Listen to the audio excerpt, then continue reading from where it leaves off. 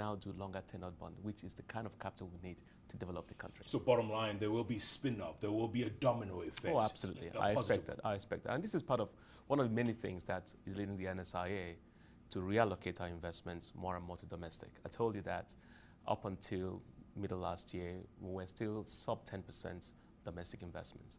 We're going to go north of 20% by the end of 2017. Absolutely. The economy is, most of the assets are undervalued in the economy. There's just too much negativity out there, and that's always a buying opportunity. And so that's how we see it. And this is one of those indicators, in my opinion, that says there is a little bit more resilience in the economy than people give it credit for. So those doom and gloom prophets out there who are saying Nigeria's tanking, Nigeria's doing badly, they're wrong. They always tend to exaggerate the situations. And that is really common in the market, right? Let's take oil, for example, right? 3 years ago, if you read any analyst report from Wall Street, it will say commodity super cycle, oil is going to be up for a very long time. And then a year and a half, 2 years later, is the end of the world. It's gone from $110 to $27. You know one thing, yeah? Warren Buffett always said, be greedy when everybody else is fearful, and be fearful when everybody else is greedy. And this is how we look at markets. Yeah. We go counterintuitive. We have said we have seen the Nigerian economy as a buying opportunity since 2016, and I maintain that. Everything is very inexpensive at the moment. Real estate is inexpensive. Stocks are inexpensive. The banking stocks are inexpensive. The bond market itself is inexpensive as well. So I think that people should be, if you sit back and think and have an investment horizon of 5, 7, 10 years, you should be buying.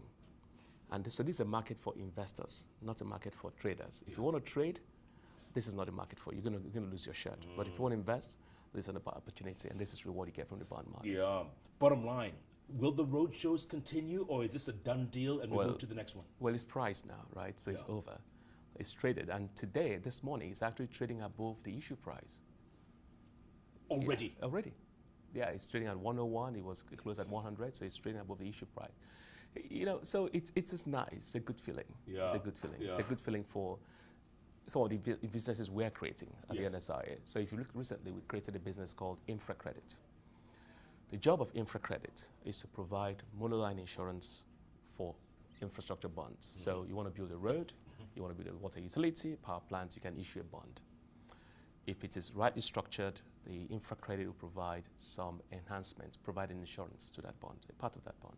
It brings in pension funds, brings in insurance companies into that kind of bond. This is a great signal for us because we can now have a way of pricing long-dated bonds. I think this is quite remarkable. And, congratulations to the Minister of Finance and to the entire team that sold this bond. Yeah. Bottom line, there's plenty of money out there, isn't there? Oh, yeah. Just looking for a home, just looking for somewhere to... Oh, absolutely. Absolutely. People fail to realize the size of the capital markets out there. And the truth about it is the yields in developed markets is nothing, right? If you invest in parts of Europe today, you actually have to pay them for you to invest, right? It's negative yield. Yeah. You find that in Switzerland and some other markets today. And so you have in a market like Nigeria, 7.8% or 7.5%. For 15 years, I'll take it. Any day. Any day. He's smiling all the way. Uche Orji. Pleasure. You called it, man. Well done. I appreciate that. Thank you. Appreciate that. Uche Orji, CEO of Nigeria's Sovereign Wealth Fund there, giving us some insights on the Eurobond, the very successful Eurobond.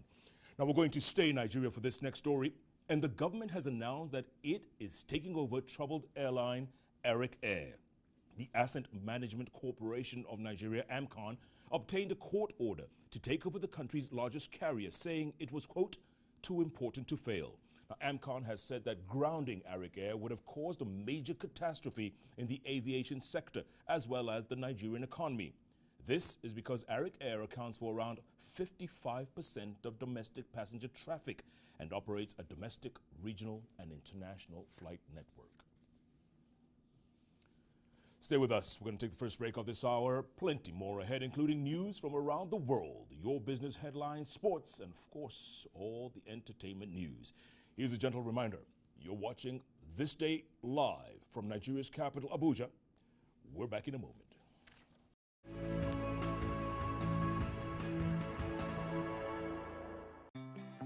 Our customers are focused, versatile, superheroes. Our customers are also the most important people in our world. So we listen, partner, and give solutions that make a difference in their world. At First Bank, we will always put you first. You first. First Bank.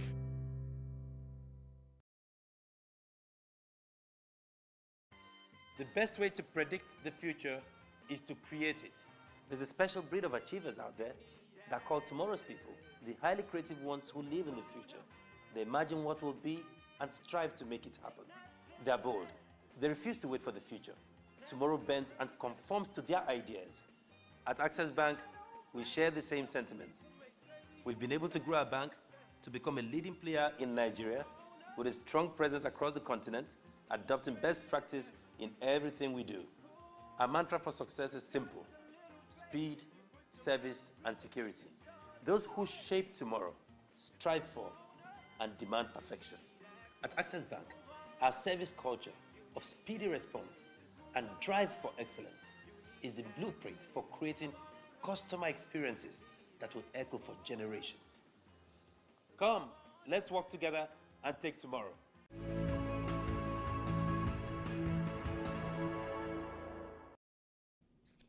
You're with the Rise News in Abuja, Nigeria, and you're watching This Day Live with me, Jeff Koinange. Now, since 2009, Boko Haram has left more than 20,000 people dead and has led to the displacement of more than 2.5 million others in Nigeria's northern corridor. Many of those displaced live in camps for the internally displaced. Some of these camps, according to experts, have become dens for recruiting potential insurgents. Now, analysts are worried that more and more women and children are being recruited and turned into killers and suicide bombers. Now, a short while ago, I spoke to Dune Porter. She's UNICEF Nigeria's Chief of Communications based here in Nigeria. And I began by asking her how desperate the situation is in the displacement camps in northern Nigeria. There is really terrible. It's a huge crisis, and it's one that's gone largely unreported, and most people in the world aren't aware of the crisis and the extent of the crisis. Yeah. Millions of people have been displaced. More than half of them are children, and children in any kind of situation like this are the most vulnerable. Yeah. In the three northeast states of Nigerian states alone, we estimate that 450,000 children this year will suffer from severe acute malnutrition. That makes them 9 times more likely to die from even an ordinary illness like malaria, which is very common. Jean, tell me, why has the world forgotten this part of the world? What is it? The story's not sexy anymore, is that why? I don't think it has ever been a big story internationally. There are a lot of other things going on in the world.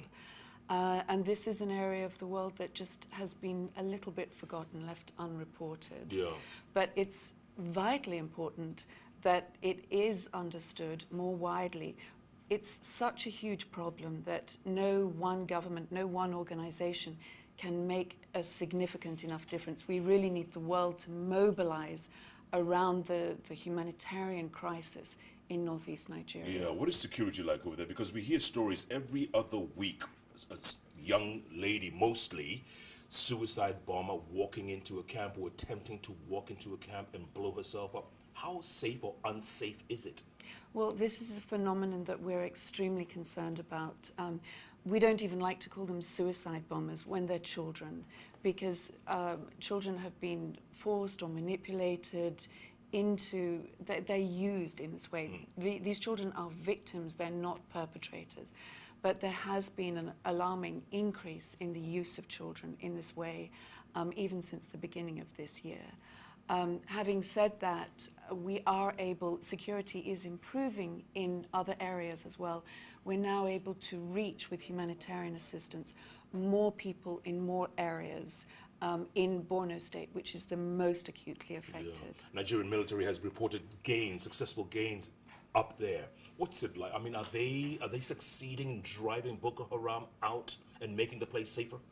Well, as I said, there are more and more areas that we are able to reach with humanitarian assistance that we couldn't reach even a year ago, even several months ago. Constantly new areas are opening up that we can reach. Generally, we have to fly in with helicopters because the roads are not safe. There are frequent attacks on the roads. But it is encouraging that we're able to reach more people. Without more funding, of course, we're limited by that as well in terms of reaching people. And so that's something that we're constantly asking the world to support with increased funding as well as security. Those are the two challenges that we face on the ground in northeast Nigeria. No doubt about it.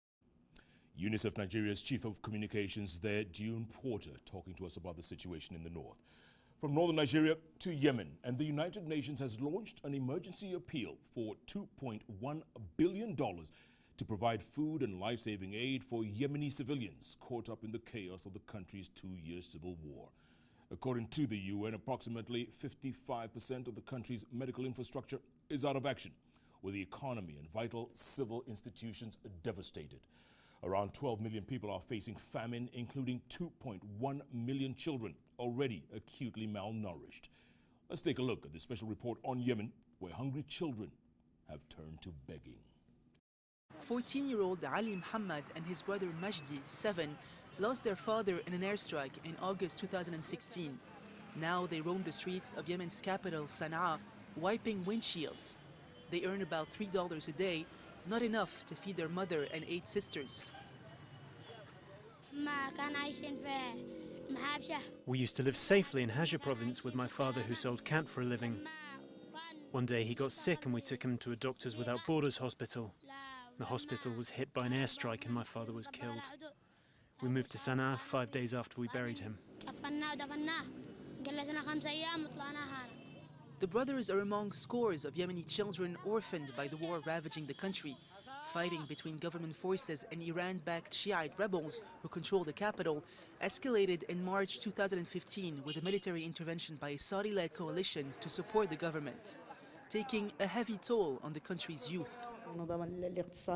Social and economic services for children have failed completely. Serious problems involving children are on the rise, like child beggars, the involvement of children in the conflict, girls working in the streets, and children quitting school. The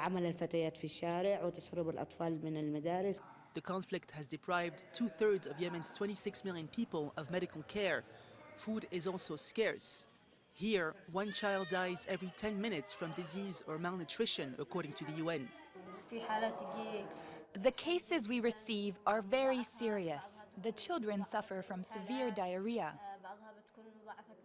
Some cases are very bad because of malnutrition at home, so their health deteriorates and they need to be hospitalized. The UN also says 1,400 children have been killed since March 2015, a fifth of the total death toll. Many have had to resort to begging, swarming the streets of Sana'a to survive, victims of a devastating war which shows no sign of abating.